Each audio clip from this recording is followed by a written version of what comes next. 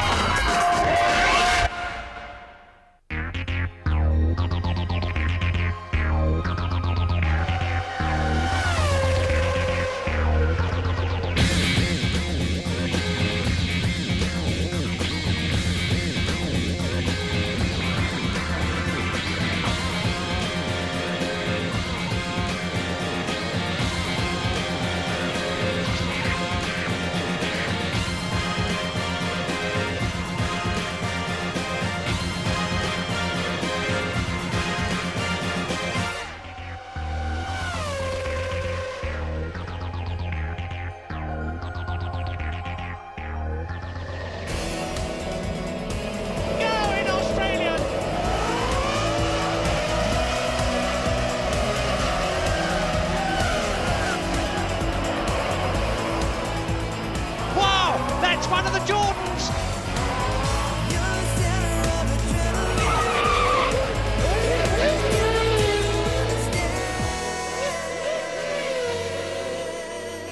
Hello, and there's a big bang.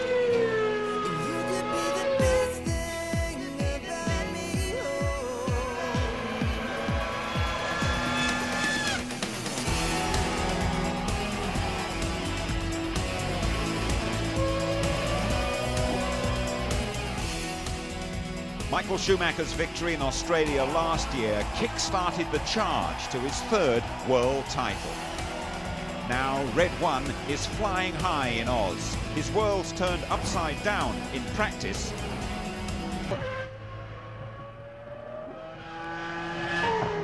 Albert Park, Melbourne is a magnificent sight on the first race day of the year. We're counting down to the start of F1 2001. G'day from the ITV studio. It is great to have you with us. Very well done for getting up or staying up. Nothing beats seeing the action live. Bit more cloud cover here today, but it's still very warm indeed. Temperature around about 22 degrees. All week in Melbourne they've been making a real fuss of Murray Walker as he starts his last commentary year. Murray's going to pop in and join us along with his old mucker Sir Sterling Moss, but already in situ in the studio. Tony Jardine, all set for another year. Hi Tony.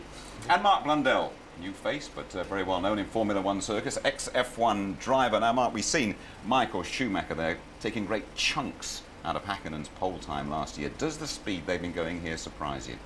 It does surprise me by how much, but you know, you're going to get that. Reduced aerodynamics, so less drag, and a tyre war, but nearly 4 seconds faster than last year, and this is only the first race. I'm gobsmacked. Yeah. What do the drivers feel? They fancy that? Oh, they love speed, obviously, that's what it's all about. But the most important factor is balance. You know, you can have as much horsepower, you can have as much speed at top end, but you need to get the power on the ground. I'll tell you, one team have got the power on the ground very quickly. I mean, forget Ferrari, McLaren and Jordan. We've had this austerity programme, you know, they were gutted last year after they dropped so far down, and they've really worked hard, kept very, very quiet, a lot of investment, a lot of change of staff, and Eddie says what he wants to do is do what he did 2 years ago and surprise everybody. So far they've done that. We've got to see if the car in race trim is as good as in qualifying, where it's fourth with Frentzen. Great start. OK, our first job, though, is to bring you right up to date with all the changes that have taken place in the world of Formula One since Michael Schumacher won in Malaysia back in October.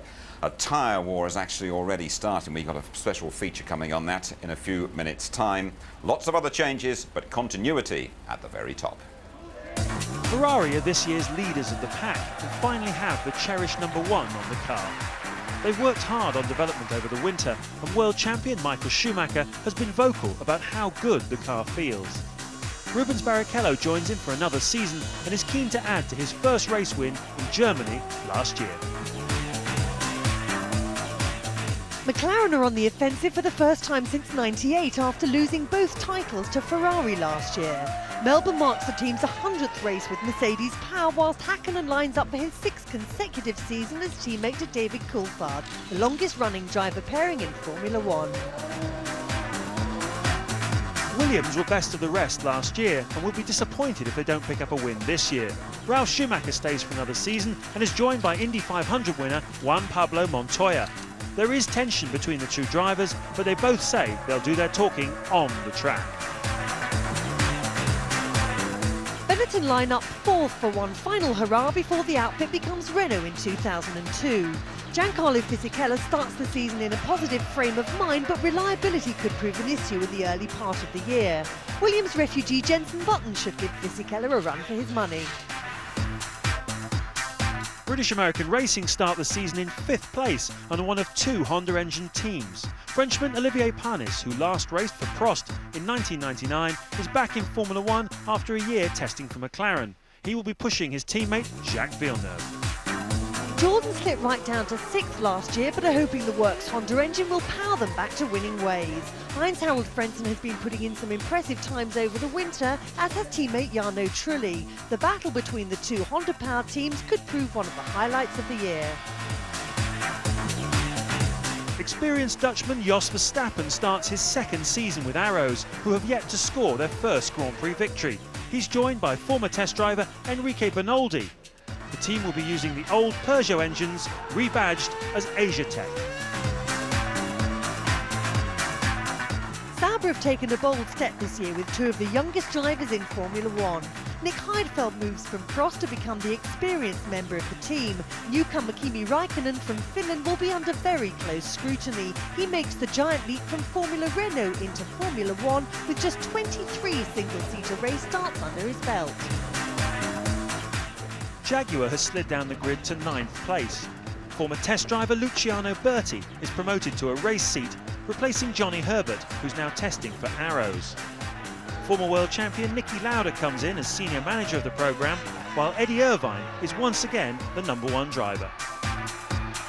Minardi have taken on 19-year-old Fernando Alonso, the 3rd youngest man ever to race in Formula 1. He joins Tarso Marquez, who last drove for the team in '97. Australian millionaire Paul Stoddart stepped in just weeks ago to save the little Italian team. Prost start at the tail end of the grid this year, but their customer Ferrari engines are a real asset. And over the pre-season testing period, Jean Alesi set a new track record at Barcelona. Alongside him is Gaston Mazzacani, who comes with 1 year's experience from Minardi. Winter form not reflected in qualifying for Prost, Alesi and Mazzacani well down the back. But Tony, headline in the morning papers, shoe shine.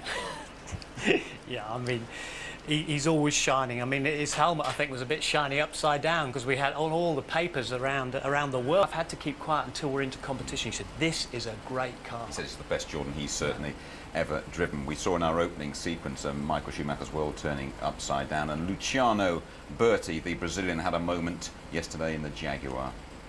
It was a big moment as well. I mean, big impact, but the guy was a passenger. There's nothing he did wrong there. Either a tyre let go or suspension. You see the right front unloads, the rear left dips down. He's going to hit the wall in the biggest possible way. Not his fault, but as a driver in a car like that, does it shake your confidence a bit? I think it may with him. He doesn't have that much experience. I mean, somebody like Schumacher, no, he's been on his head, he's fine. But Berti, pressure's on his shoulders already. Sure, let's hear what Luciano Berti himself made of that accident. Here he is chatting to Louise Goodman. Talk us through the accident. What did you actually feel? Just hitting the wall. It happened so quick. 1 minute I was turning to the corner, the next minute I was crashing to the wall. So until I saw the replay, to be honest, I wasn't sure what had happened. But looking at the replay, you can see that something was wrong. The front wheel is in the air, so it means that the rear suspension or the rear wheel broke. But after that, you're just a passenger and just wait until the car stops, and that's it, really. Are the team going to be able to fix the car okay for tomorrow? I think so. I think the tub itself is okay. So, you know, I think they have enough spares to fix it, so it should be okay. They did fix it okay. Berti 18th in warm-up, Irvine up there in 8th, and Hakkinen and Coulthard quickest in the warm-up session this morning. Jaguars all set to go here in Melbourne, where they made their Formula 1 debut last year. OK, let's find out the other drivers' reactions, shall we? Starting with the odds-on favourite, the Red Mist Man. There's only one first position and we have that, so we're quite happy on that. But I always keep saying in the past that qualifying is one thing, racing is another thing, and we have to show tomorrow we are reliable and we're in the same position. I lost one run because I went wide, example, in the corner because the car was just not handling correctly. So we need to have some serious talk and serious work to be done for tomorrow. The car suits me better than last year's. I'm feeling good about it, and you know, I've already tested with full tanks. Goes well. Even from 6th place, if I can score a couple of points, and that will have me ahead of the last 2 years. So obviously my sights adjust considering the grid position. Fastest Michelin run and a stonking final lap from you. I mean, it was a great lap. I think we got the best out of it today, although it's not quite enough from what we want to achieve, that's obvious, but from what we have started yesterday and what we've seen yesterday, I think we can be pretty happy about it. This is the first race. It's always, you know, a lot of people, there's a lot of failures normally, so hopefully we can be one of the people that are at the end of the race, and I think we can, so it's quite positive, and we'll see what happens. I mean, I'm pretty happy and confident that we have a good car this year, much better car than last year. And I'm comfortable that we are having a very good season this year and closer up to McLaren and Ferrari. I think we can have a good race. A bit disappointed for qualifying where we start because the car had a lot more potential, but we'll see what happens.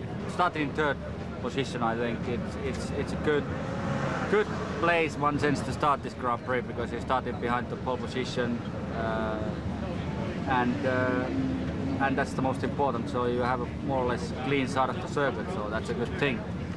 They haven't really used the maximum performance out of the car yet because there's no reason why they shouldn't be close to us because we know they are good and we know they will fight back. So I don't feel now too secure and feel that's it. I know very well how quickly things can change.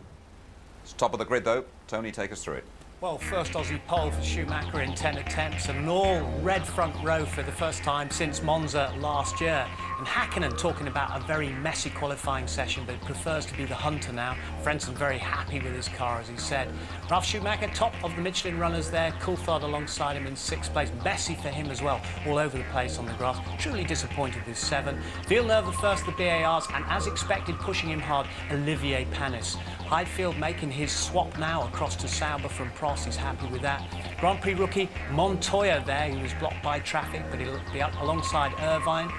Räikkönen there, he's done another rookie. He wanted to be in the top 10, but he hasn't quite made that, just outside. Verstappen, Button having maximum aggravation at the moment. The car not going right at all, but still ahead of his teammate Fisichella. Important psychologically here. Alonso, 4th of Grand Prix rookies there alongside Mazzucani. Luciano Berti suffering after accident, and Tasso Marquez only on the grid after dispensation from the organisers when Paul Stoddard went to see them outside the 107% rule. Thanks very much indeed, Tony. Now let's just check out, shall we, the ramifications of that tyre war last year at Bridgestone. And a clear run. They always buzz us over the studio here in Melbourne. Get used to that. And now Michelin are back in the fray. Speeds, as we've been saying, have increased dramatically. 18 cars, would you believe, qualifying quicker than Häkkinen's pole time last year. And those cars also have a very different look. Here's Louise. Speeds which the tyres will produce this season, the FIA has introduced a number of changes to the design regulations aimed at slowing the cars down. The front wing will be 50 millimetres higher, and the teams are restricted to running a maximum of 4 elements on the rear wing. The overall effect will be a significant reduction in downforce. There are also some new safety rules. Each wheel must now have 2 tethers to prevent it flying off in case of an accident, and padding has been added inside the chassis here to protect the driver's legs. The crash tests are also much tougher this year, resulting in a car that's around 20% stronger than last season. We came into this weekend talking about a tyre war. So what have we learned so far? Well, it looks as though it's first blood to Bridgestone. They have the edge in qualifying, and it looks as though they have the edge in the race as well. The tyre war has made the cars 4 seconds a lap faster than last year, and this trend looks set to develop as newer and softer rubber comes on stream.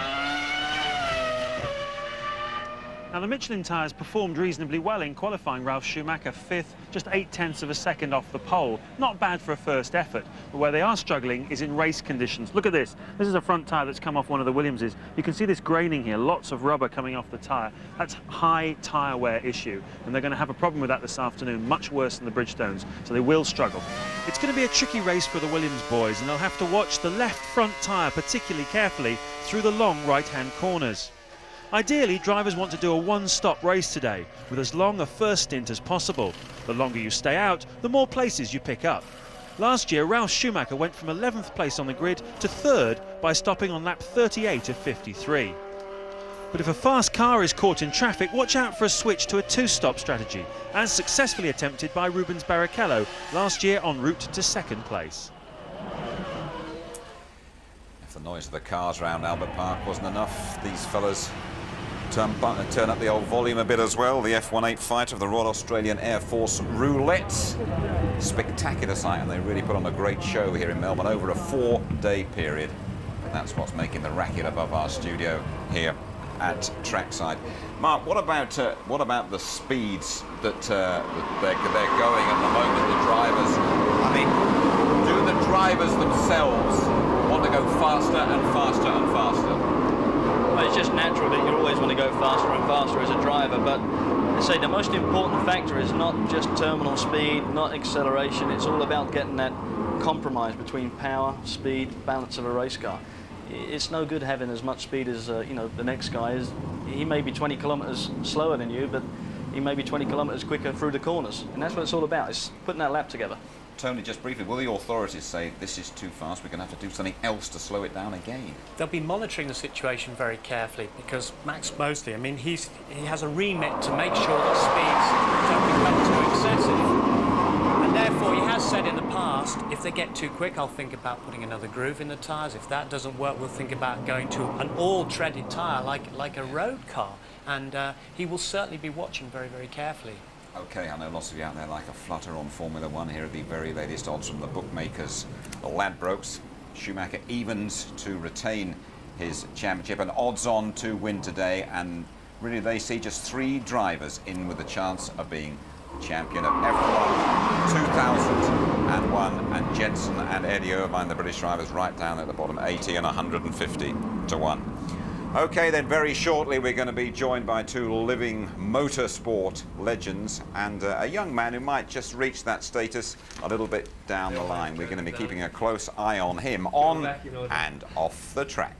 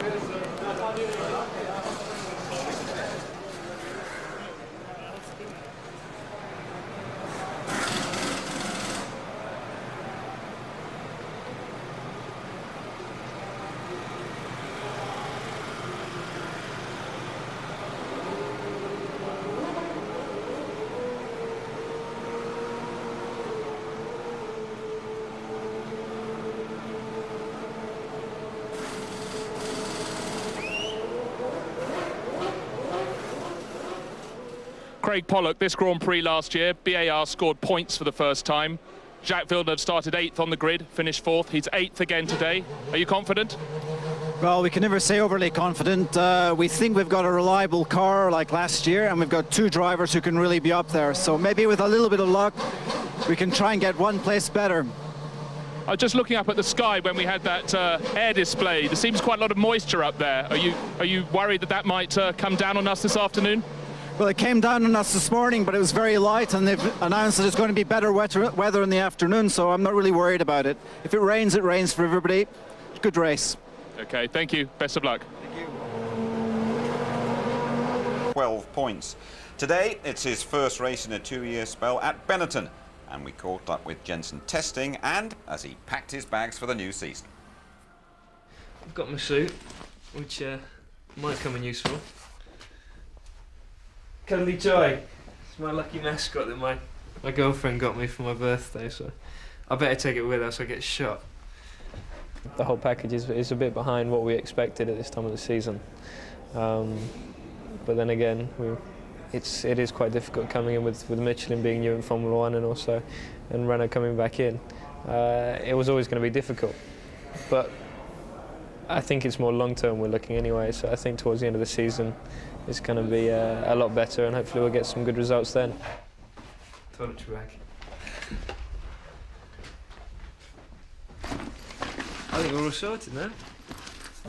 Yeah, fitness is great actually. I've always hated fitness. I've always done it because I've had to. And when I got told I had to go to Lanzarote on the 2nd of January for 5 or 6 days training, I was like, whoa, no chance. I'm not going to last that long. But it was really, really good fun, and we were training about 5.5, 6 hours a day, and it was. I really enjoyed it. It's quite unusual. Passport. 5 minutes back. Don't be late. How are you getting on with Giancarlo? Good. You're going to be revving each other up this year? I hope so, yeah. I hope so. I think that's what pushes you forward anyway. So hopefully we'll be pushing each other really, really hard. Just hope he's not too quick, because he's pretty quick. Quicker than I thought he was. So it's going to be good. I'm looking forward to it. It is going to be tough in Melbourne. I mean, nobody knows what to expect in Melbourne because I haven't driven the circuit on Michelin's. So it is difficult to know. But from what I've seen, as I said, I think they're doing a great job, and the tyres are looking good. It's just, we'll wait and see, I don't know. Cool. See you in Melbourne then.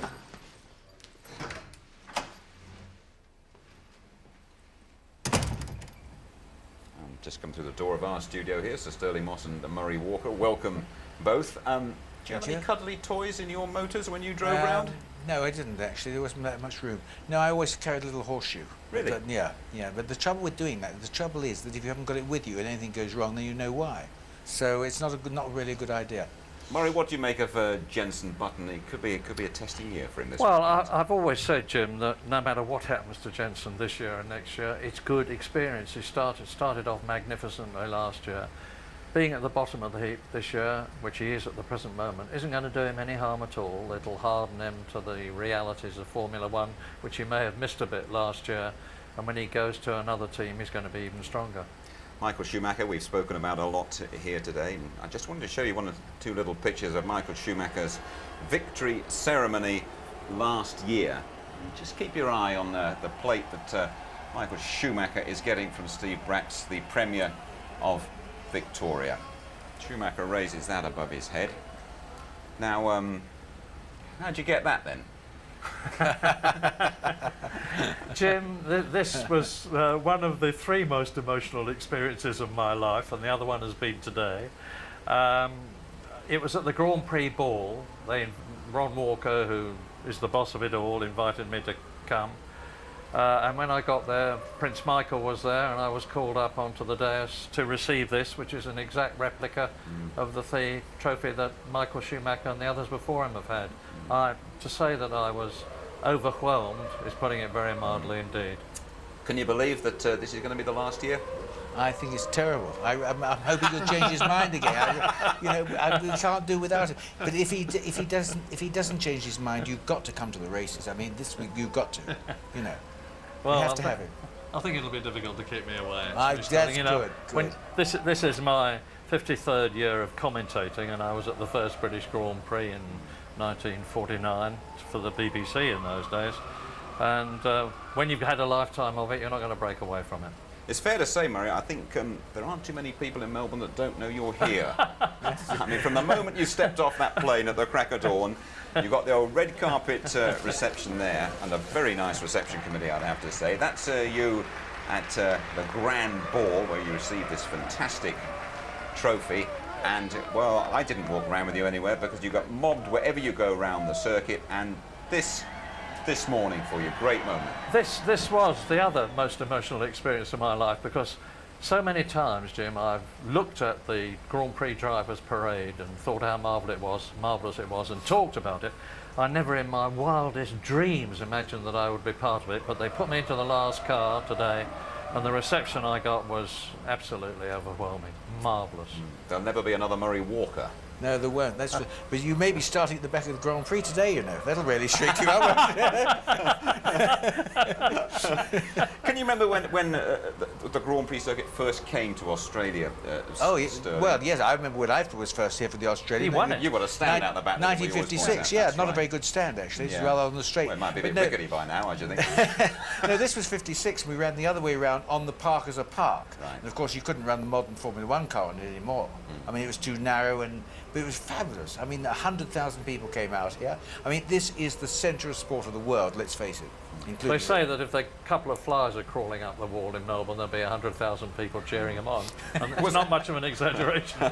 Were there a few misgivings about Australia? Yeah, I think in a slightly superior way. We thought, well, Australia's on the other side of the world, you know. They won't really know how to do it. But when we got here, it was absolutely mind-blowing, because they'd formed committees and sent them to all the other Grand Prix to find out how to do it, and then they'd done it better. And nobody does it better than Australia, and very, very few people get within a whisker of doing it as well. OK, Murray, let's just tune into your older memory bank, shall we, and look back at your Aussie memories, starting with Adelaide in '86. It was fantastic. Adelaide was brilliant. The organisation and administration was superb, and the enthusiasm was overwhelming. Australia immediately became the #1 Grand Prix, and the racing was sensational. Who'll ever forget 1986? And look at that! And colossally, that's Mansell! 1989 was one of the wettest races ever. Alain Prost withdrew after one lap, and after Ayrton Senna hit Martin Brundle, he was out of the race. Senna has only got 3 wheels. My goodness, Senna is out of the Australian Grand Prix. In retrospect, 1993 was a sad occasion, for it was the great Ayrton Senna's last Grand Prix win, after starting from a record 65th pole position. And Ayrton Senna wins in Australia to the delight of his fans. 1994, victory at last for Nigel Mansell. And like Senna's the year before, it was to be his last in Formula 1. And Nigel Mansell wins in Australia! Fantastic! But what 1994 will always be remembered for was the dramatic and contentious collision between Michael Schumacher's Benetton and Damon Hill's Williams, which resolved the World Championship in the Germans' favour. Was it deliberate? Judge for yourself.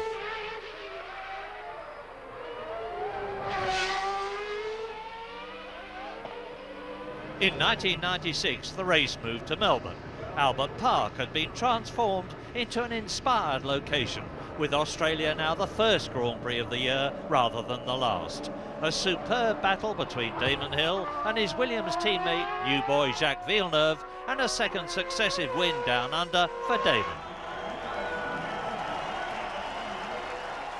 Then in 1998, a truly dramatic conclusion, when McLaren's David Coulthard, about to win for the second year running, yielded to teammate Mika Häkkinen almost on the line. What an outraged political uproar that caused. And now the Ferrari years, 1999, Eddie Irvine's first win, and last year when Michael Schumacher started the World Championship as he meant to finish, by winning. Schumacher wins, fist out, victory salute. 16 years of drama and pure joy, with great racing at great circuits, in a great country. Expecting more. Nothing biased about me, Jim. No, I know. No, I know. You're expecting more champagne. The tourist board like that, by the way. You're always got a trip here. More champagne for Schumacher today, Murray. What are you expecting? Well, it's easy to say Schumacher, Jim. If he does, it'll be his 5th win in succession, and only Nigel Mansell, I think, has done that in the past. Yes, you've got to say Schumacher, but everything can happen in Formula One. Like I say, it normally does. I wouldn't mind putting a few bob on Frentzen. Really? Sterling? Yeah, Frenson's a good outsider. I don't think he's going to win, in truth. I really don't. I think Rubens is in there as well, and he's going quickly. Mika's all fired up, but will he make it? I don't know. This is what's good about this race. We've come to find out things. How good is Montoya? He went like hell this morning. Sure. You know, and so there's so many things we're going to hear more about, I think. We've heard the cars going round on their installation lap with just over 20 minutes to go to the start, and I know, Murray, you want to get away up there very quickly. Don't worry, you'll be there. You'll be in good shape up there. And there is Schumacher just giving the Ferrari a little blowout before the start of the Australian Grand Prix. 22 degrees and rising here. The start just over 20 minutes away. Murray, I mean, you've had some old week, but now you've got to do the job, old chap. My worry up to now, Jim, has been being able to do the work. I'm supposed to be getting around talking to people. So many Australians have been talking to me that I haven't been able to talk to the people who matter. But I shall try. I'm sure. As Rubens Barrichello says, I will do my best. He will do his best not to disappoint you, I think, which you said. Final thoughts, really, from you, Sterling, as a real pal of this fellow. It is going to be his last year. I really am very, very disappointed. I think he has given more to motor racing than anybody else, along with Ferrari, in my mind. I think what he's done for motor racing is why there's so many people follow it, because you can't not be infected by him. That's the point. You've got to go and go to work now. Thanks for joining us, Murray. And well done. Look forward to throwing over to you very, very shortly. Take your ashtray. No, but that's excess baggage. I'm not taking it home for you, all right? Well, it's a fantastic event, this one here in Melbourne. Albert Park, just about my favourite venue. I think they're going to get a total of 400,000 people through the gates here over the 4-day period, and right down there, in the middle of all the hubbub, we have Louise Good. Hi. Hello, Jim. Atmosphere definitely hotting up down here. Can't say the same for the weather. It's a bit overcast today, but I guess you can't have everything in life. I couldn't think of a better place to start the Grand Prix season than here in Melbourne. It really is a fabulous race. The organisation is second to none. The facilities are great. We're always made to feel very, very welcome at this race. Melbourne loves Formula One as well. Fantastic support here today. About 130,000 people expected for the Grand Prix.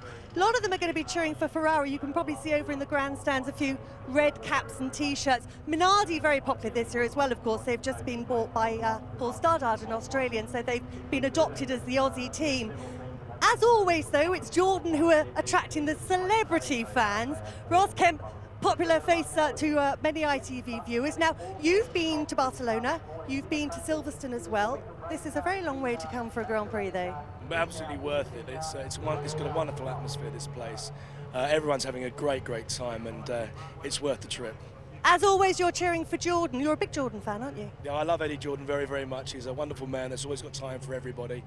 I think they're the best partying team, without a doubt, and I think we'll have a good old time tonight, whether we win or we come second or third. Is that why Eddie attracts the celebrity vote? Because they're the party team? Oh, definitely, without a doubt, but that's afterwards. Now, it's all very serious down there. The atmosphere's building up, and as I said, it's just worth this journey just to be lapping up this wonderful atmosphere.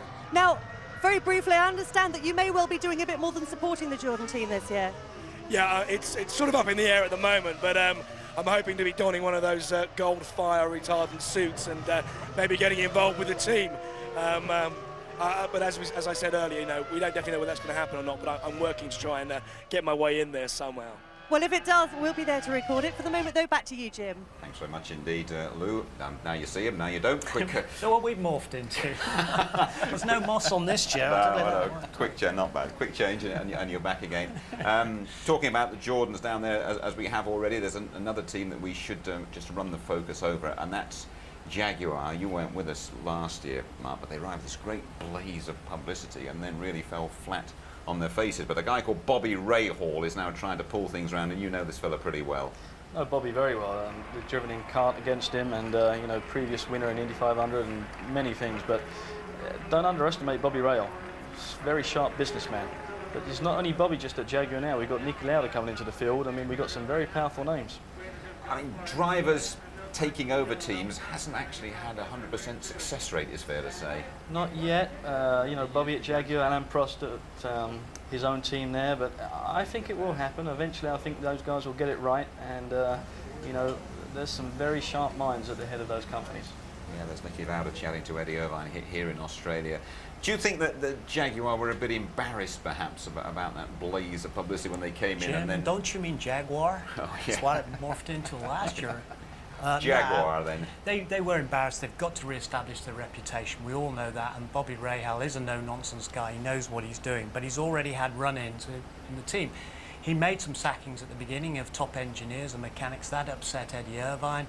You know, Irv shoots from the lip as usual, and he criticised the team for that. He was rebuked by the team. And arriving here, he said the team was slow. So he's had a slap, he's had another slap again. But, you know, he is in a sort of twilight of his career, according to Bobby Rahal. So he's got to deliver now, and he's got to be dedicated. Yeah. OK, thanks to you both. Let's have a word with Michael Schumacher, shall we? Pole sitter, last year's winner, reigning world champion, going for his 5th victory in a row. That sequence started back in Monza in the autumn. Here he is then talking one-to-one with Murray. I first talked to you at Spa in 1991, 11 years ago. Is the fire still burning? Oh, very much. I mean, you know, the simple words I should use for that is I'm simply born to race. And it's a natural ability I have to put the car on the limit and enjoy it. I want to compete, I want to race, and I don't know how long. Naturally, one day it will be over, but I see that day being far away for the moment. Now, well, it's 5 years between your 2nd World Championship for Benetton and your 1st World Championship for Ferrari. Now, 5 years in your young life is a long time. Do you feel the investment was worth it, all that waiting to get there again? I don't think you should look at it saying it's worth it or not worth it. Simply say that it was my best life, my best years of my life, honestly, because even though there were tough moments, but the good thing is if you come out of tough moments and you have good moments and finally deliver a championship, it's simply the best. And no, I don't want to miss that time. Now, years ago, after Senna had won his 3rd World Championship, I was sitting talking to him and I said, you've got all the money in the world, you've won umpteen races, you've won championships. What is the motivation now? And he said, bigger numbers. Is that your motivation? No, I wouldn't say that, because the numbers don't change very much. It's simply, you know, when I'm sitting in the car, when I drive, when I put it on the limit, it's what I love to do, and I enjoy. And I mean, what is better to do? There's nothing else which I could enjoy more than driving a racing car. And I'm too young to stop and retire and sit in the chair and smoke a cigar and drink wine at home. That's too early for me. But it's early days in this year's season. We haven't even had the first race yet, and it looks pretty obvious that, again, it's going to be between you and McLaren. But what are the prospects that you see in terms of competition from the other teams? Obviously, you've seen Jordan being quite competitive today, although you never know how much fuel quantity they run around with. But at the end of the day, I think it will be a championship fight between the two teams you mentioned, as last year. But the teams will be closer, and I've said many times that we will have to, or we will find out more teams being able to score victories. Do you see more of a threat from Coulthard this year than you did last year? We'll find out. All in the park. Let's wander down the grid now, shall we, with Martin Brundle. Thank you, Jim. Hello, everybody at home. Congratulations if you stayed up or got up early this morning to see this first Grand Prix of the season. Here we are on the grid. Michael Schumacher's just cruised on very, very late. Did very few laps this morning in the warm-up and had a problem with a brake disc bell, apparently. So a little bit of drama. A lot of unknowns on this grid today. I don't believe a Ferrari has finished a complete and true race distance this year, and nor has a McLaren, in my view. So if any of these two teams win the Grand Prix today, I think it'll be a first for those cars over the line and a complete race distance. But anyway, Michael's here. Poor old boy, just over £500,000 a week he earns, and he's come all the way around the other side of the world to put a show on for you. I talked about those unknowns because there's 5 drivers on this grid that have never started a Grand Prix in a normal Grand Prix grid situation. And a lot of those youngsters, if you watch my grid walk from time to time, you know that I often have a job finding drivers because they're off to the gents. They preload so heavily on their with the water. But this year is going to be very embarrassing. We've got so many young kids. It's going to be all the parents finishing off the potty training, I think. Some of these guys are so young. But I don't know if I can just squeeze in on Heinz Haraldair, who's had an excellent performance in qualifying. Fourth on the grid, talking to his Bridgestone engineer at the moment. And of course, tyres are a big issue today. New Bridgestones, new... Patrick, can you have a quick word with us about your man, Patrick Head of the Williams team, of course, your man, Ralph there, in 6th position, pretty spectacular qualifying, and how are those tyres going to last today? Well, I think it's easier to tell you after the race, but all the predictions say that they should be no problem. Okay, and reliability, because some of these guys in front of you might not be too smart on that. Well, you never know. No team really knows how well they're going to be off until you've got through the first race. So if you are overconfident about your reliability, you're probably going to get a bad surprise.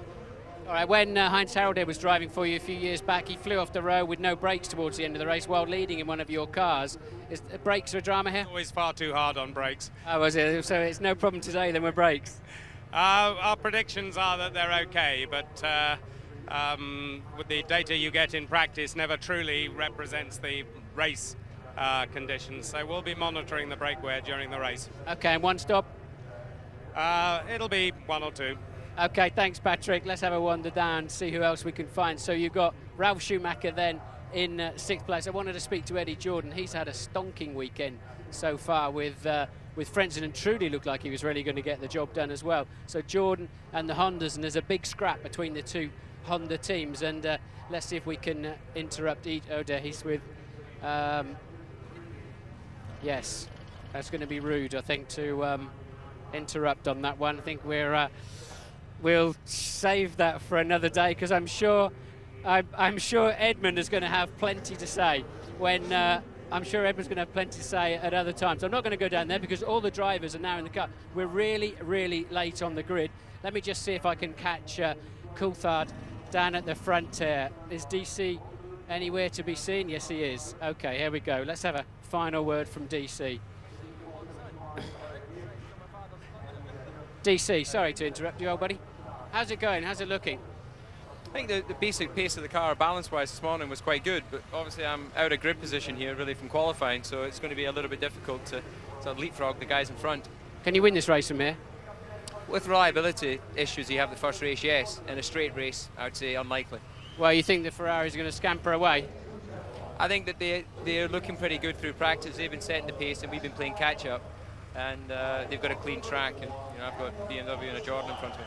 There's a few million British mates there watching and wishing you good luck. Thanks a lot. Back to you in the studio. Yes, good luck to David, winner of our first ITV race here back here.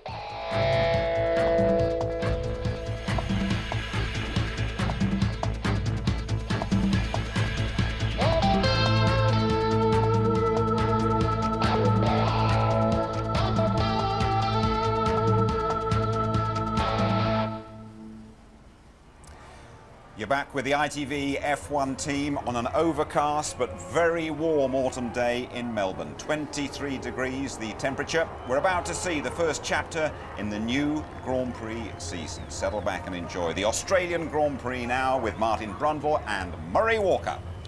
And from Melbourne, Australia, good afternoon to everybody. It's a fabulous day here, as Jim has just said. It is overcast, but notwithstanding that, the track temperature is 28 degrees. The conditions are just about perfect, and there's a massive crowd here. There's going to have been over 400,000 people watching one part of the Australian Grand Prix or another. The practicing on Friday, the practicing yesterday, and that riveting qualifying session we had yesterday when Michael Schumacher put his Ferrari on the pole position of the grid for the 5th race in succession. I think only Nigel Mansell has done that in the past. And Michael Schumacher, there he is, has won the last 4 races. Rubens Barrichello, his teammate alongside him, and Mika Häkkinen, the man who's won this race in 1998, double world champion, only 3rd on the grid. And my tip is, if the Ferraris and the McLarens do not do well, you've heard Martin talking about the fact that there are reliability questions hanging over their head. Watch Heinz-Harald Frentzen. Yeah, I think Frenzen's got a good car underneath him. What the 2 Ferrari boys will be worried about on the front row of the grid is, for sure, Rubens will not want to be fighting Michael into that first corner. We know Michael is not an electric starter normally, excuse the pun, but I noticed down on the grid slot where Michael is, there's been a 3-way competition thing involving last year's Williams, and there's a lot of rubber on the grid. So Michael's got a good slingshot out of that pole position. But the pair of them will be very conscious that Mika Häkkinen there in 3rd place is a brilliant start. And if they try and choreograph too much, that first and indeed the 3rd corners, Häkkinen will be there, I think, to punish them. So looking forward to seeing what happens at the start, right at the very front. And I think mid-pack, as I said, a lot of new drivers in there, and it's very high speed, the first section of this lap, and you're away, you're soon up to 180, 185 miles an hour before you've even reached turn 3. You've been to 180 miles an hour probably twice already, and it is very easy, as I know to my own cost, to trip over somebody on the first lap of this Grand Prix. Yeah, just a reminder about Michael Schumacher not necessarily being a good starter. He got punted off twice at the start last year in Germany and Austria. It cost him dear. It didn't cost him the World Championship in the end. But there are so many different things this year, and there is one of them, Ralf Schumacher in the Williams, powered by a brand new BMW engine, which seems to be very, very effective indeed, and riding on Michelin tyres. Now there's a massive tyre war going on. Bridgestone have understandably got the whip hand at the present moment because they've had 3 years experience of the kind of tyres that the cars are on now, and you can see the heaters coming off. Yes, it's surprisingly hot and muggy out there considering how overcast it is. As you pointed out, the track temperature already, Murray. I'm told that the cloud cover's only a few hundred meters thick and there should not be any significant rain, maybe just a little bit of spitting of rain. So we're not expecting the weather to interfere too much with this race, according to the forecast anyway. Coulthard, as he said on the grid, is really at least a line out of position. He was fastest on all through up till Saturday morning, fastest again in the warm-up this morning, had an appalling qualifying for one reason or another, mistakes, red flags, traffic.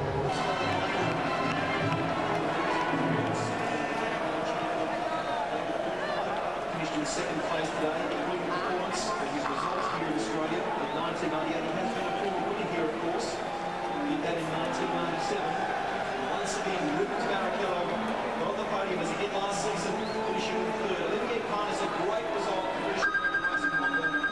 As we mentioned, equally Jacques Villeneuve's result here last year for that team. Playfeld in 5th, Heinz-Harald Frentzen in 6th.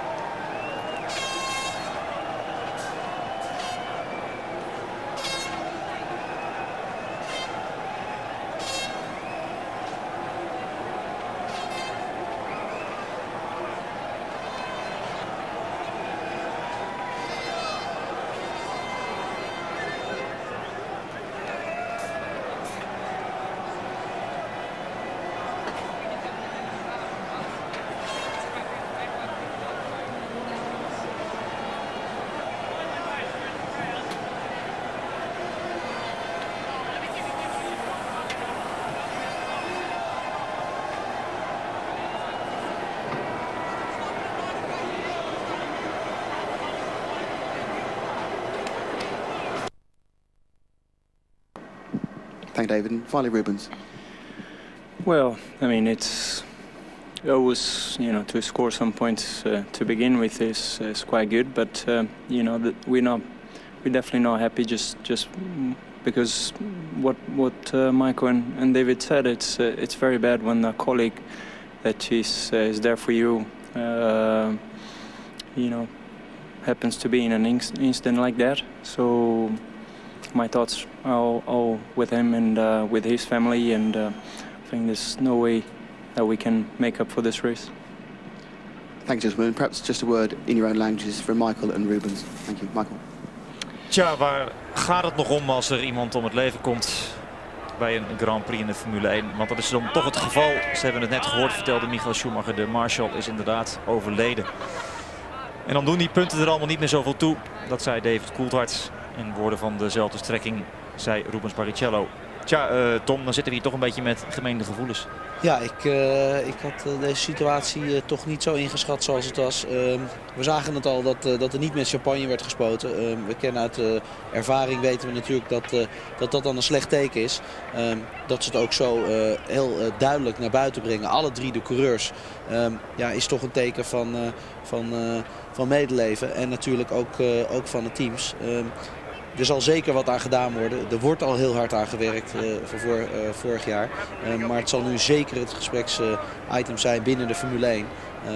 Maar ja, daar niettemin, jongens. We blijven autoracen en we moeten gewoon aan de veiligheid werken. We zien nu dat de veiligheid van de coureurs heel goed in orde is. En we zouden nu de veiligheid van de mensen die de coureurs helpen wat aan moeten doen. Ik weet niet, ik heb er toch geen lekker...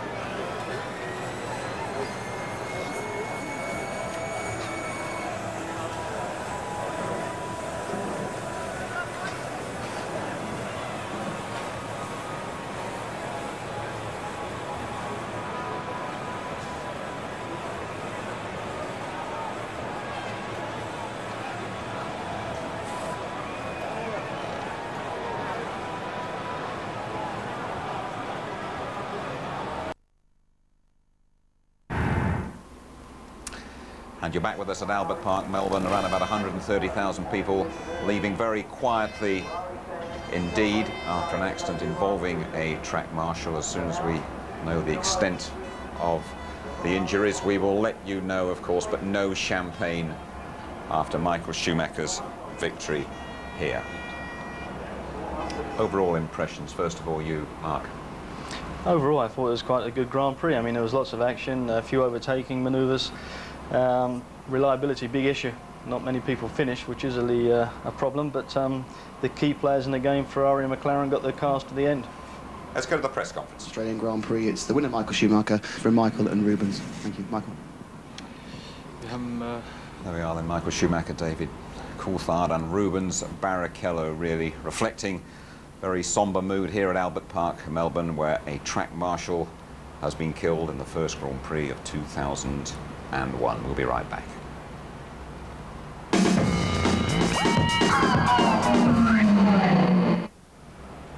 You're back with us at Melbourne, where Michael Schumacher has won the first Grand Prix of the season, but tragically a track marshal has lost his life. Craig Pollock, top man at BAR, is joining us now. Craig, Jacques Villeneuve, of course, your man was very much involved in that incident, and I would think there's a deep sense of shock down there. At the end of the race that we're going to be celebrating something, and it's never nice when somebody dies. I would just like to send sincere condolences to the family. There's not much we can say because we don't know the full circumstances round about the accident, exactly how it happened, why it happened, but it's just a very, very sad thing when somebody dies. But just like Paolo Ghislimberti at Monza, it seems to be in a tyre that has caused the marshal's death. That shouldn't happen, really. Well, unfortunately, it is a dangerous sport. The tyre did come off the car. Obviously, the car was fully legal. It is very sad. Any lessons? I know it's very, very early indeed, but any conclusions that you can draw at this stage? I think it's impossible to draw conclusions if you don't have the full facts. But I think at the moment, certainly what our team are doing, we've reunited everybody. They've been fully informed that this has happened. And they'll be thinking about this poor person who's not there anymore, so I'm thinking about the family. We appreciate you joining us. Thanks very much indeed, Craig. Thank you. Let's just have a look at the accident itself, Tony, and when it happened, we saw it was obviously a high-impact crash. Done very easily.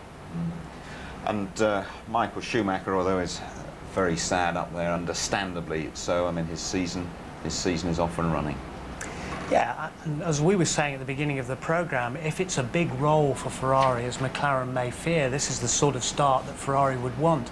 And it's all based around the continuity. And there's one guy that was mentioned briefly, is Paolo Martinelli, who's done such incredible work on the Ferrari engine. And that whole car has evolved over the winter. Incredible amount of work. They were almost the last here, Ferrari, which raised speculation as to the fact that they might not have passed their crash impact tests. But apparently they had no problem at all. So they were still unsure that the car would go the full distance. 41 laps into their last test at Mugello, the gearbox went, so that didn't give them good thoughts before they arrived. The problem that you've got now is that McLaren will be going home scratching their heads. Mika Hakkinen came off the racetrack very fast, and we don't know why yet, and that's going to rest on their minds all the way back for Malaysia. He went hard into the tyres as well, Hakkinen down there, and he was. We heard Adrian Newey talking before. He was a little bit maybe concussed, so that's food for thought for him. Right, Tony, Mark, thank you very much indeed. Let me just remind you there is another chance to see the race at 1:30 this lunchtime. Highlights just before midnight, and a repeat of the highlight show, as always, on ITV2 at 7 o'clock. Well, Michael Schumacher has thrown down the red gauntlet here, but all our thoughts are with the track marshal who has given his life at the first Grand Prix of 2001. Good night, you all.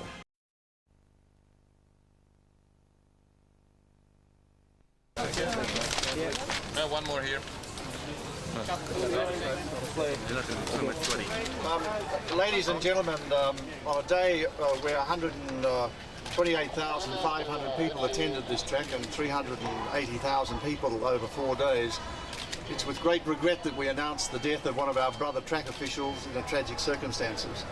It's very unfortunate when you consider the amount of people that come here and the great precautions that are taken, particularly by the FIA and CAMS, that such a tragic thing should happen on a day like this. However, I can assure you that everything was done to make sure that the track was safe. The track was inspected twice today by the FIA, and my colleague from CAMS will answer any questions along with myself if you happen to have any. The family have been notified of the accident, and everything will be done within our power, as the public would expect, to take care of the family during such tragic circumstances. Peter? Thank you. On behalf of CAMS and the entire motorsports community in Australia, it's with deep regret that we announce that one of our officials has died at the Grand Prix circuit today, and our sympathy is extended to the family. Thank you. Do we have a name? So can you give us a name for that gentleman? We can't release the name just yet. Can you give us an approximate age or an age? Approximately 50 years of age. Was he Australian? Yes, he was Australian. Did he die at the track or at hospital? At hospital, that's the information we have at the moment. Can you give us an idea of the injuries that he suffered? Speaking to the microphone. We are not aware of exactly what the injuries were. Do you know what he was hit with? What part of the car? No, we don't know what he was hit with. How old and where from? He was Australian, and he was approximately 50 years of age. How many other people were injured? He was a track marshal. Was he on the inside or the outside of the fence? I don't know where he was. Why did the ambulance appear to slow and give way to the Grand Prix race rather than rush him to hospital if he was still alive? I can't comment on that. I don't have all the details. We understand he died at the track. I can't comment on that. That's not the information we have. So what happens now? What sort of inquiries and what sort of changes can we expect? For a start, there will be a coroner inquiry, which is required under Victorian law, and we will assist the coroner with that inquiry. Who's liable in this case? Is there a legal obligation on the part of the Grand Prix Corporation? Or if someone is killed, what's the situation? I can't comment on that, but there obviously is, for an event like this, a public liability insurance. Marshall apart, how many people have been involved in the incident or injured? Approximately, let me just see here, 7 other people were treated at the hospital for minor injuries. Spectators or other marshals? Spectators, as we understand it. Were the dead man's family at the circuit? I beg your pardon? Were the dead man's family at the circuit? I don't think so. Mr. Walker, will this yes, the daughter was a here. review of fence height or other safety provisions? No, I don't think so. I happen to be a member of the FIA Commission, and this is reviewed regularly, and all steps have been taken to comply exactly with what the FIA laid down. Mr. Charlie Whiting has, as I said to you before, inspected the track on 2 occasions today.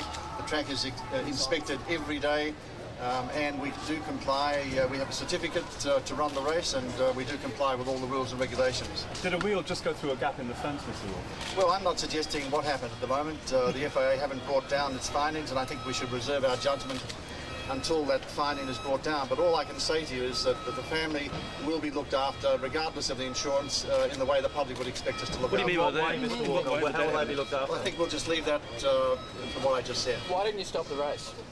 Well, it's not up to me to stop the race. It's up to the officials to look after that, which is CAMS run the race. Well, why didn't CAMS stop the race? We have no further comments to make at this point in time. Thank you. Ron, couldn't you take the lead and investigate and perhaps next year provide more protection for the volunteer track masters? Well, I think that everything has been done worldwide under the FIA laws to protect everybody, and we comply exactly to the letter. That's why we receive a certificate every year to run the race. So it's the second dead marshal in 6 months. Yeah, you comply, it doesn't mean it can't be made better. Well, you know, I think we'll just leave it at that, because you know, if you want to build a concrete wall right around the track, you won't have any spectators. Let's leave it at that.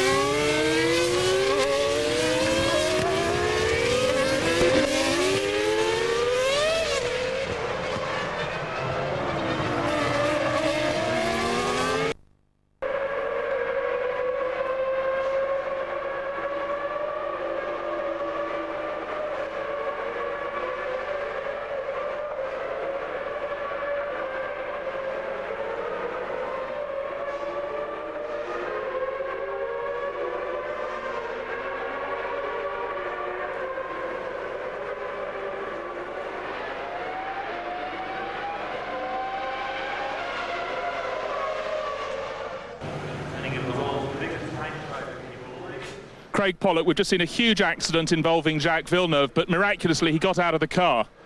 Well, exactly, it was miraculous. If you take a look at the accident, it wasn't funny. We don't want that to happen to anybody, but obviously where I'm concerned with Jacques, it means an awful lot. It looked like something happened with Ralph Sanchin, couldn't be avoided. We'll see, we'll know from Williams, but let's just hope he's okay. Thank you very much, Craig.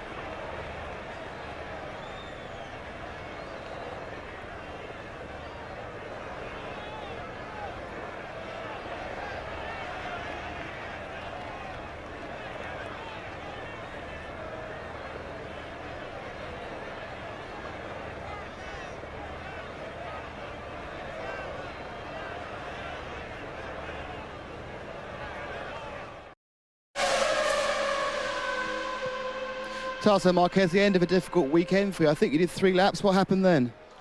I had a problem with the battery. Since the first lap, the car started to have some misfire on the engine, and after the second lap and third lap, it gets worse, and the car stopped in the middle of the track. Now, there seemed to be quite a messy start all down the order of the grid. How did you see the first couple of laps? We still have the same problem during all weekend with brakes. You know, we are locking the rear wheels and doesn't have enough brake in the front. So that is a shame because we couldn't go slow during all weekend. Couldn't go fast during all weekend. And for the race, I did a good start. I passed, I think, 2 or 3 cars, but the engine started to cut and I lost power. Then everybody passed back and they stopped. Bad luck in Malaysia. See you there.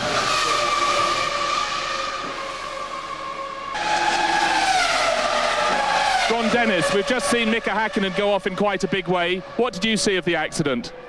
Well, we don't. He wasn't complaining of any problem. Obviously, on the TV, he appeared sideways. We want to speculate whether he made a mistake or something happened on the car at this stage. The important thing is that he's unhurt, and there's 16 more races to go. He hasn't said anything to you on the pit radio before he got out? No, he jumped straight out of the car. Thanks, Ron.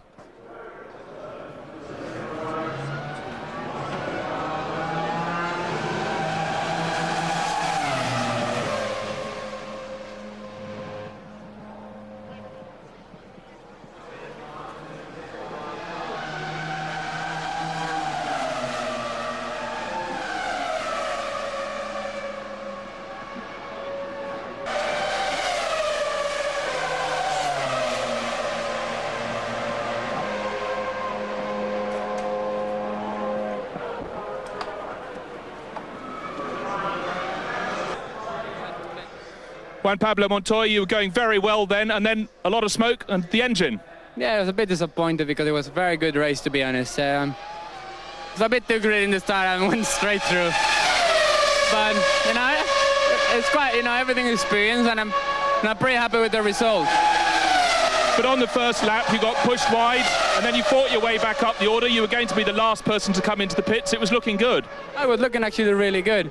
I made a, you know, I got a great start of the line, and then I made a mistake in the first corner. I locked the front tires, and I don't know, you know, I had like 4 cars in the start. So I was a bit too greedy, but those things happen. I'm pretty happy with the result anyway.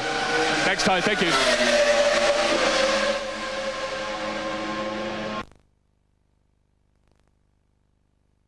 Guys, steady, steady. Just hey, hey, Don't hey. push, please. No pushing. Please. No pushing. We've been waiting. Okay. Here we are at the Coulthard. Just take it steady, guys. McLaren's team, and Mika Häkkinen is here. Just, Mika, how are you feeling? Well, after the shunt like that, obviously I cannot say. I don't feel very fantastic at the moment. Obviously the spin at that speed is always something which leaves you lose cars inside you. Guys, easy. Again, hitting a wall in that speed, you know, it was very unpleasant. Obviously we just have to now understand what caused the problem.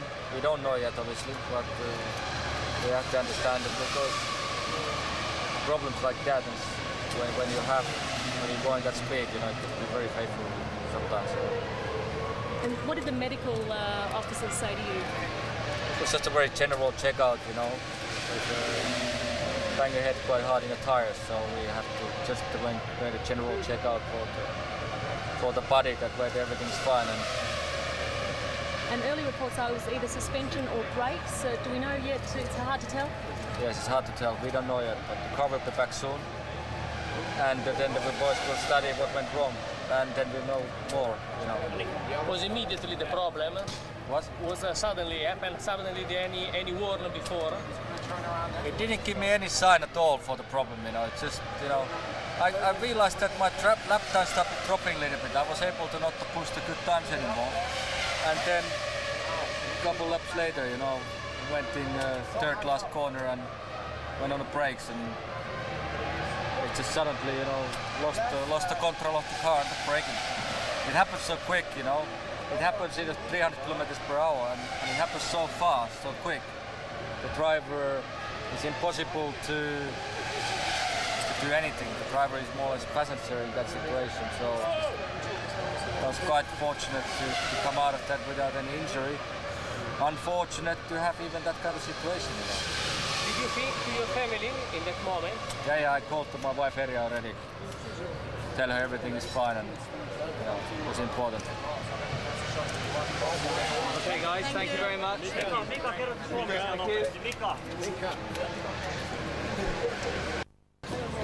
Okay?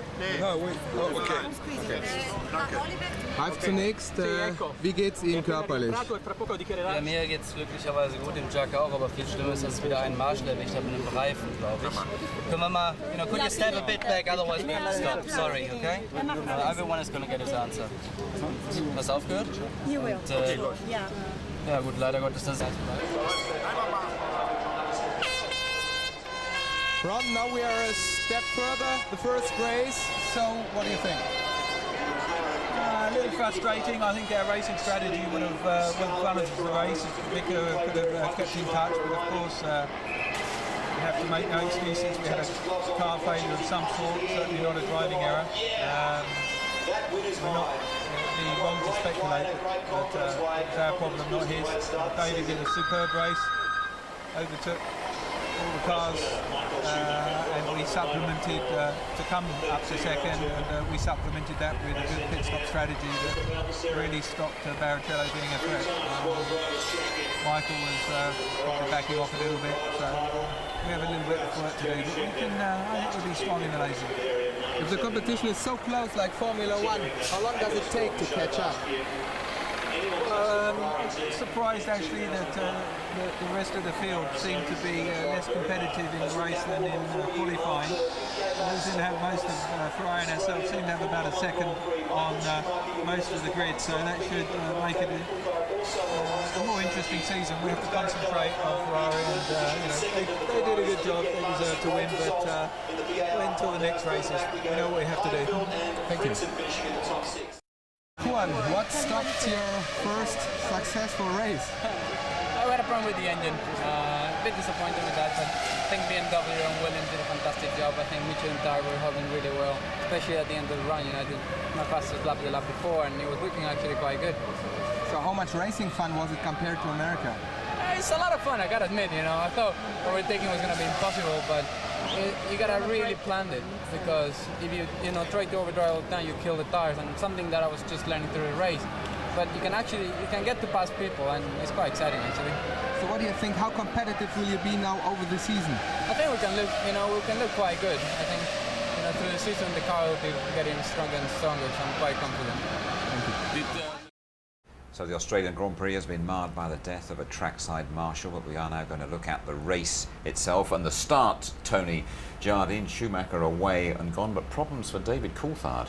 Yeah, it was the most frenetic start. I mean, it's a classic beginning of the season, you know, race number. Yeah, there we are, sad end to Juan Pablo, but I'm sure we'll hear a lot more of him, and indeed a lot more from the two of you during the season. Thanks very much indeed. Right, some other views now of the first race of 2001. Heinz, how that race went wrong for you in the opening laps, didn't it? Yeah, probably I've seen what happened. A little incident with Rubens. He never gave up trying to keep in front of me, and basically I was already almost full car on his side, and if he kept it a little bit open, it would have been difficult for me to overtake, but he just closed on me and then we touched. And I think I lost, you know, the toes on my car, because the front tire, the left front was you could see there was losing grip, and the car wasn't the same left to right. This happens. Race situations can happen all the time, but we are looking good, and that's the most important thing. Nick, congratulations. You waited a whole year for your first Grand Prix points. How does it feel now you've got them? Oh, it's excellent to finally having scored some points. Also, the race was really good. I got a lot of pressure in the end, which was basically fun, because I managed to cope with the pressure.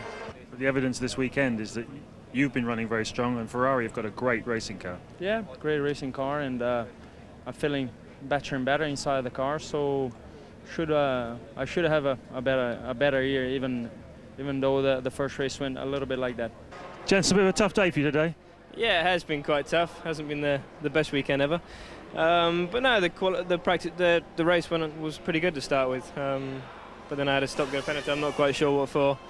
And then the engine, I don't know what the problem was, but it wasn't at full speed. So there you go. I think we got some mileage on the engine, so that's one bonus. But that's about it. How long before this car comes good, you reckon? Well, hopefully as soon as possible, but I don't really know. But as long as we just see improvements, I think it was good that Giancarlo finished the race. I think hopefully we'll have a lot of data so we can go quick next time. See you later. But Park Melbourne, a very sombre place to be this evening following the death of the trackside marshal from Queensland. The Australian Grand Prix, though, did take place here, of course. Let me just confirm the points scorers for you. Back-to-back victories for Michael Schumacher in Australia. Coulthard, second place in between the Ferraris. Panis doing well on his BAR debut, and good performance from Heidfeld as well. Frentzen making his point for Jordan. The top three, though, understandably downbeat when they chatted to us afterwards. It's obviously a very sad day. Can you sum up your feelings and those of the rest of the drivers? Obviously, we just got to know that the marshal had died just before the podium, so we decided not to commemorate the podium, basically. And it's very unfortunate to lose a colleague that was working for us and was enjoying his day there. And you know, after all, we had a race. It was fun out there, but you know, you feel sad that happened. Well, clearly the rules, which have a sort of Kevlar tie strap to hold the wheel in place, are a gesture in the right direction, but not strong enough. And with sort of velocities that you see of acceleration when a wheel is knocked off a car, it might be very difficult to ever contain a wheel to the chassis itself. So maybe what you're doing is looking at the circuits to put higher fences, you know, to really create a situation where they're curved over at the top, so it's increasingly unlikely for a wheel to make it as far as the crowd.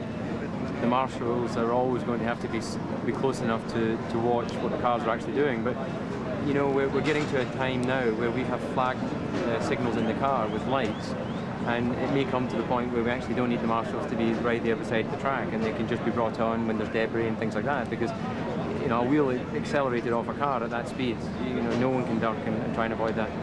Driver safety has improved so much over the recent years. Do you think that maybe the safety of the marshals and the people outside the circuit has been overlooked? It's where do you think you have to... obviously the typical question, it's coming after things happen like that. And after what happened in Monza and after what happened now, as I said before, we have to improve, certainly, because it's not possible that we improve driver safety better and better, and we may not, after what's happening, we see now issues in a different area, and people who try to save our lives, we have to do everything to save their lives as well. We are all trying to improve all areas, whether it be you know, for the marshals, spectators, but it's not until you have incidents that you really become aware of things. You know, if you know, in the benefit of hindsight, we could all do lots of things differently with our lives, but we have to go through the pain of these learning experiences, unfortunately, to improve things for the future. The driver's view then on the tragedy in Melbourne. Now let's hear from a man who's campaigned ceaselessly for safety throughout his life. That's Jackie Stewart, responding to the news that a flying wheel had killed the marshal. Well, we just have to go. We have to look at it. We have to go to the best universities of dynamics and see if there's something more that we can anchor them to, and something more that we can use to hose them to that vehicle. We've got to be sure that, you know, they will flail around, and it's very tough to get away from it completely. Thank you, Jackie. Okay. Thanks for your time. Now, Mark Blundell, how will the drivers involved in this accident, Ralf Schumacher and Jacques Villeneuve, be feeling? Obviously, they're going to feel very upset over the whole situation, as all the drivers will, and everybody down the pit lane concerned with Formula One. But you know, it is very tough. It's emotionally tough on those guys that finished that race. They would like to celebrate, but it's not right to do that. I mean, we've had a loss of life. But those marshals, we couldn't race without them. But at the same point, those marshals love the sport as much as what we do as drivers. Tony, when we looked at the accident during the race, all three of us up here had a sharp intake of breath. It's alarming because, you know, Schumacher was in the middle of the... And a final word on the winner, Michael Schumacher. Well, they're on a roll from last year. That Ferrari red mist has shrouded McLaren at the beginning of 2001. That's not what they wanted. Good, solid start for Coulthard, and a good start for the rookies and the young drivers. Tony, Mark, thank you very much indeed. We're back with you in a couple of weeks' time. Early start for you again, 4:30 a.m. on the Saturday morning, qualifying live from Malaysia, the Sepang circuit. The rerun 2:25. The race is live from 6:45 on the Sunday morning. Another rerun 1:30 lunchtime, and highlights just before midnight. It's been a tragic start to the Formula One year. From the whole ITV team in Melbourne, bye-bye.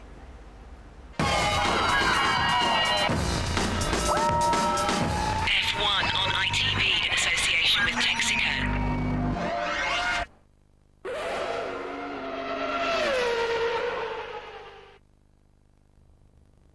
After a steward's inquiry, fourth-placed Olivier Panis was penalised 25 seconds for a yellow flag infringement. He then dropped to seventh place, which moved Nick Heidfeld up into fourth. Jordan's Heinz Harald Frentzen took fifth, and the young Finn Kimi Räikkönen marked his Formula One debut with a point for finishing sixth. Not too happy, I think.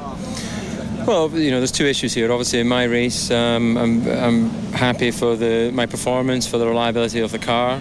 But the overriding issue, of course, is the fact that a marshal lost his life and there's some spectators injured. So, you know, that puts everything else into perspective. And really, today's more about that. You know, this is sport, and we don't want to see, obviously, especially from people outside the cars, you know, fatalities, because they are not accepting the same risk, I don't believe, as the drivers when we get in the cars. What is the lesson, what we can learn from this? We must do more in track safety. Marshals have to be more aware of what's happening and with the cars. You know, with all due respect, sometimes people are watching one particular part of an event and then they take their eye off what, you know, the important part, which is where the cars are coming from. David, you didn't have a spectacular good position. But Michael, congratulations, but happy? Obviously, as happy as you can be after hearing what has happened on the circuit to the marshal. Can we do something about the problem, you think, which happened? Can you do something? I think can we do something about it? Have we learned something from this? I'm sure. I mean, since Monza, for sure, there has been taken care about this and have been done certain steps. I'm pretty sure on that. Obviously, that's still not enough. What has to be done is in the hands of the FIA, and they're very concerned for these kind of issues, and I'm sure they will react appropriate. Performance? Yeah, it was okay. Start was not too good, I think, but in the race, very good. Yeah, the start was pretty bad, but I think so I can do better next time. Is this what you always have dreamed about? Yeah, of course. I always liked the racing. I just love this thing, and it's the main thing in my life. The death of a course worker at the season-opening Australian Grand Prix completely overshadowed Sunday's race in Melbourne. There was no champagne celebrations after Michael Schumacher's victory. The death of the Grand Prix marshal happened after a wheel flew off Jacques Villeneuve's car when he crashed into the barrier on lap 5. 13 fans were injured by the flying debris. Schumacher's post-race thoughts were about improving safety at Albert Park and other circuits. Well, this was the second time in 6 months that a marshal had been killed at a Formula One race. Three-time F1 champion Niki Lauda, now a top Jaguar official, has called for a complete inquiry into that crash. And Aussie Grand Prix boss Ron Walker stated that the death was a 1 in a billion fluke. Walker stating the wheel going through that small gap in the wall was, quote, an amazing phenomenon. Well, there was some joy in the Sauber stable Sunday after Kimi Räikkönen was elevated into the points. The 21-year-old Finn was originally classified in 7th place in the Aussie Grand Prix, but he was moved up to 6th after Olivier Panis was relegated from 4th to 7th after a penalty for a yellow flag violation.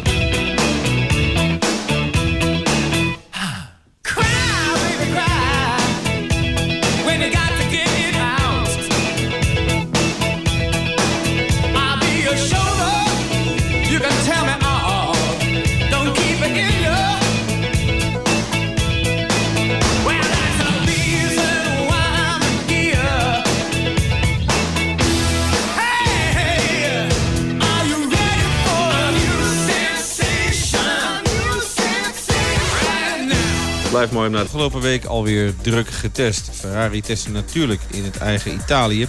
De enige echte vaste Grand Prix-coureur die in actie kwam was Rubens Barrichello op de vrijdag en de zaterdag. Het team van McLaren testte in Frankrijk op Magny-Cours. Daar werd er getest met het zogenaamde traction control systeem. En voor de rest de grootste test, een 3-daagse test. Vorige week woensdag, donderdag en vrijdag vond er plaats op Silverstone in Engeland. In actie daar 6 mannen met allemaal bekende namen, maar geen van hen is op dit moment Grand Prix-coureur.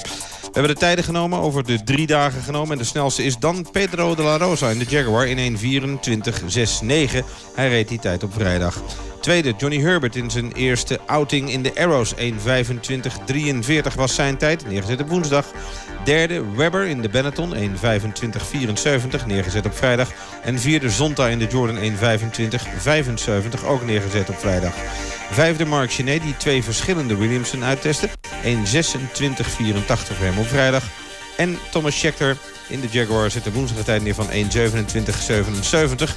Donderdag werd er wel gereden, maar toen was het erg regenachtig en dus tellen die tijden niet echt mee.